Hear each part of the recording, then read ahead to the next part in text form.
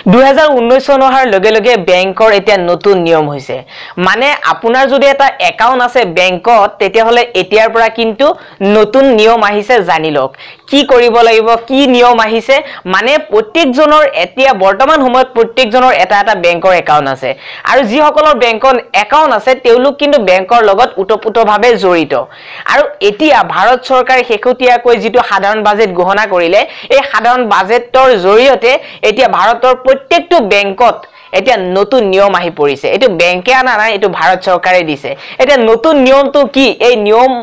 নিয়মে আমাক কিমান উপকাৰ কৰিব কিমান অপকাৰ কৰিব সেই সম্পৰ্কে আজি এই ভিডিওটোত কম আৰু নতুন নিয়মটো কি আহিছে এই নিয়মটো আপোনালোকক কম গতিকে ভিডিওটো সম্পূৰ্ণকৈ চাই থাকক আৰু মই কওঁ যে যদি লাইক কৰা নাই শেয়াৰ কৰা নাই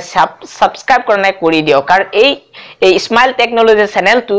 আপোনালোকৰ সাপোৰ্টৰ কাৰণে আজি বহুত আগবাঢ়ি গৈছে গতিকে মূল কথাটো লৈ আহো এতিয়া যিটো নিয়ম কৰিছে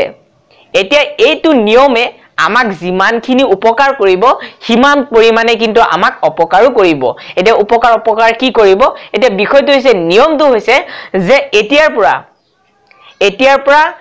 আপোনাৰ এটা একাউন্ট আছে আপোনাৰ একাউন্টৰ নাম্বাৰ লৈ কিন্তু আগতে বিদেশত গলে বিদেশৰ পৰা টকা পঠিয়াই দিব পাৰিছিল কিন্তু এতিয়া হেতু নহব কাৰণ কিয় নহব এতিয়া নতুন এটা নিয়ম দিছে যে আপোনাৰ যদি একাউন্ট নাম্বাৰ কোনোবাই লৈ যায় টকা থবৰ কাৰণে বিদেশৰ পৰা তেতিয়া হলে সেই বেংকত গলে কিন্তু টকা নথয় কিন্তু আপোনাৰ একাউন্টত মানে এতিয়া যদি আপোনাৰ একাউন্টত মই টকা থও বা মোৰ একাউন্টত যদি আপুনি টকা থব বিচাৰে নাম্বাৰ আগতে ললে আপুনি নাম্বাৰ লৈ বেংকত গলে টকা থব পাৰিছিল কিন্তু এতিয়া হেতু নিয়ম নহব এতিয়া এনেকে নহব যাৰ একাউন্ট নাম্বাৰ লৈ যাব আপুনি পইচা থবৰ কাৰণে সেইজন মানুহ লাগিব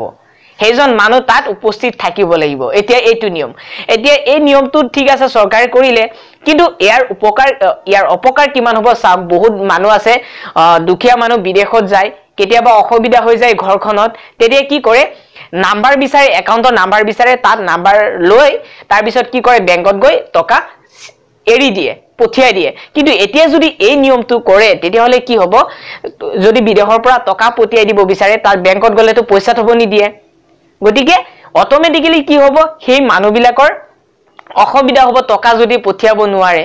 গতিকে যিমান উপকাৰ এই নিয়মটো কৰিছে যিমান ভাল হৈছে সিমান